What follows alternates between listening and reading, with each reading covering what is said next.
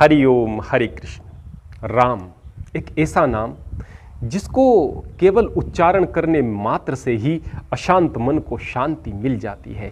सनातन संस्कृति की जो मर्यादाएं हैं वे भगवान श्री राम से प्रेरित हैं। भारतीय संस्कृति का, सनातन संस्कृति का केंद्र बिंदु हैं भगवान श्री राम। तो जो भगवान श्री राम को अपमानित करने का प्रयास करते हैं, जाहिर सी बात है वह सनातन संस्कृति से ईर्ष्या रखने वाले, द्वेष रखने वाले लोग हैं। वो अनेक प्रकार की ऐसी बातें कहते हैं जिससे कि भगवान श्री राम को अपमानित किया जा सके। मनगढ़ंत कहानियां जोड़ दी जाती हैं, कई बार शास्त्रों से प्रमाण देकर आधी अधूरी बात बताने की कोशिश की जाती है। ऐसी ही एक बात है कि जब माता सीता का विवाह हुआ था उस वक्त वो 6 वर्ष की थी।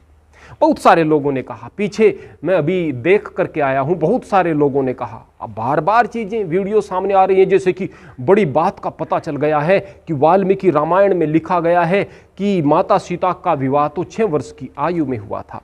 आइए अब हम इस विषय में थोड़ी सी बात कर लेते हैं। पहली तो बात यह है कि भगवान श्री राम कोई 1000-2000 साल पहले इस धरती पर नहीं थे। वो जिस युग में थे वो त्रेता युग में थे। वो 1000-2000 साल का अंतराल नहीं है। जब युगों पहले की बात आ जाती है तो उस समय की स्थिति में अंतर होता है, लेकिन आप छोड़ दीजिएगा, आप वर्तमान स्थिति के अनुरूप बात कीजिएगा।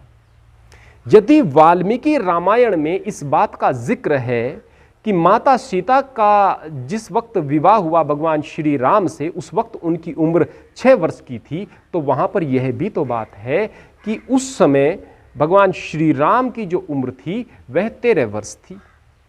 अर्थात दोनों में लगभग 7 वर्ष का अंतराल था दोनों की आयु में।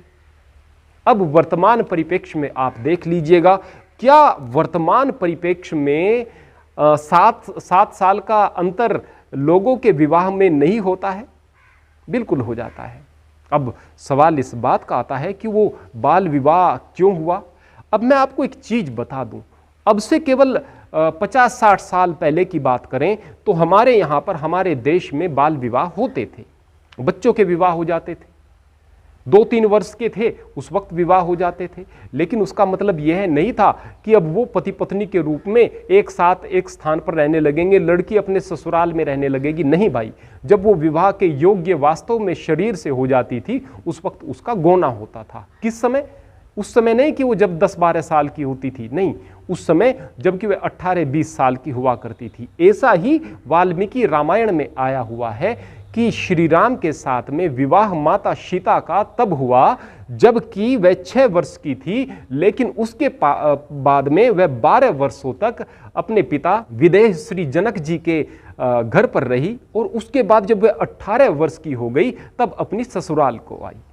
तो यहाँ पर इस तरह से भी कह सकते हैं कि उस समय जबकि भगवान श्री राम जो थे वह 25 वर्ष से अधिक की आयु के थे और माता सीता जो है 18 वर्ष की थी, उस वक्त उनका विवाह हुआ। ऐसा ही रामचरितमानस में आया है। तुलसीदास जी ने कहा है। क्यों कहा है? क्या उनको वाल्मीकि रामायण का पता नहीं था? उन्होंने ऐसा इसलिए कहा है क्योंकि वास्तव में अपनी ससुराल में एक बहू के रूप में माता सीता 18 वर्ष की उम्र में आई थी और यह बात प्रामाणिक है।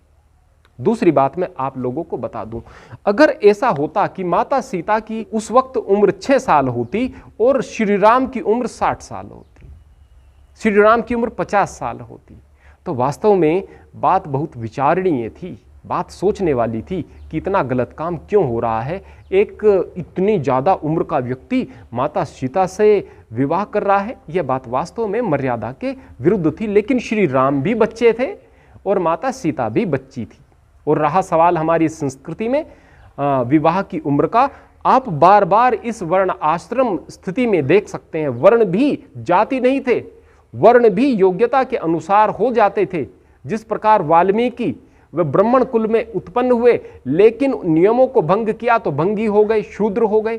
फिर वह अपने नियमों पर आए और पुनः उन्होंने सही प्रकार से आध्यात्म की तरफ कदम बढ़ाया, ऋषि हुए, तो फिर वह ब्राह्मण हो गए। अगर व्यास की बात करें तो महर्षि व्यास शूद्र कुल में उत्पन्न होने के बाद भी महर्षि थे और सभी ऋषियों के लिए बहुत सम्माननीय थे। तो इस प्रकार हमारे देश में वर्णाश्रम व्यवस्था भी एक अलग व्यवस्था थी। लेकिन यहाँ पर मैं आश्रम के विषय में बात करूंगा, वर्ण को ये यहाँ पर मैं लेकर के नहीं आऊँगा, इस पर मेरी पहली वीडियो आ चुकी है। अब मैं यहाँ पर आश्रम के विषय में बात करता हूँ। ब्रह्मचर्य आश्रम, 25 वर्ष तक कोई भी लड़का विवाह नहीं करेगा, ब्रह्मचर्य का पालन करेगा और गुरुकुल में रह करके शिक्षा को प्राप्त करेगा। फिर 25 से लेकर 50 वर्ष तक वह गृहस्थ आश्रम में रहेगा। फिर 50 से लेकर के वह 75 वर्ष तक वानप्रस्थ में रहेगा। वानप्रस्थ अर्थात अपने जो अनुभव हैं उन अनुभवों को अपने बच्चों को बताए, किसी प्रकार से हस्तक्षेप न करे उनके कार्यों में, अपने अनुभवों से परिवार को आगे बढ़ाए। 75 वर्ष से ज़्यादा की आयु हो जाए तो उस वक्त सन्यासी हो जाए, संसार के समस्त मोह को छोड़ करके केवल परमात्मा में लीन हो जाए। यह अपने जीवन के अंशों के विषय में चीज़ें आती थी, जैसे कि प्रथम अंश 25 वर्ष, द्वितीयांश जो कि 25 से 50 वर्ष मान सकते हैं, और तृतीयांश 50 से 75 वर्ष, और चतुर्थांश अर्थात 75 से 100 वर्ष तक का समय हुआ करता था। तो यहाँ पर हम इसे अंशों के रूप में मान रहे हैं। तो कितनी सुंदर व्यवस्था थी, और उसी वर्णाश्रम व्यवस्था के अनुसार भगवान श्री राम का विवाह हुआ था। हमें इस बात को समझना चाहिए। यदि हम चीज़ों को जानते नहीं हैं, आधा अधूरा उसे समझते हैं, तो कई प्रकार की भ्रांतियां हमारे मस्तिष्क में आने लगती हैं और हम अपनी संस्कृति को या तो समझते नहीं, या फिर दूसरा कोई व्यक्ति इसी तरह से अनर्गल प्रलाप कर रहा होता है तो उसे समझा नहीं सकते हैं। किसी से लड़ो मत भाई, लेकिन अपनी आस्थाओं को प्रबल बना करके रखो, और प्रबल तब होगी जब सही ज्ञान आप लोगों के पास में होगा। परमात्मा की कृपा आप सब पर बनी रहे, आप सब जीवन में तरक्की करो।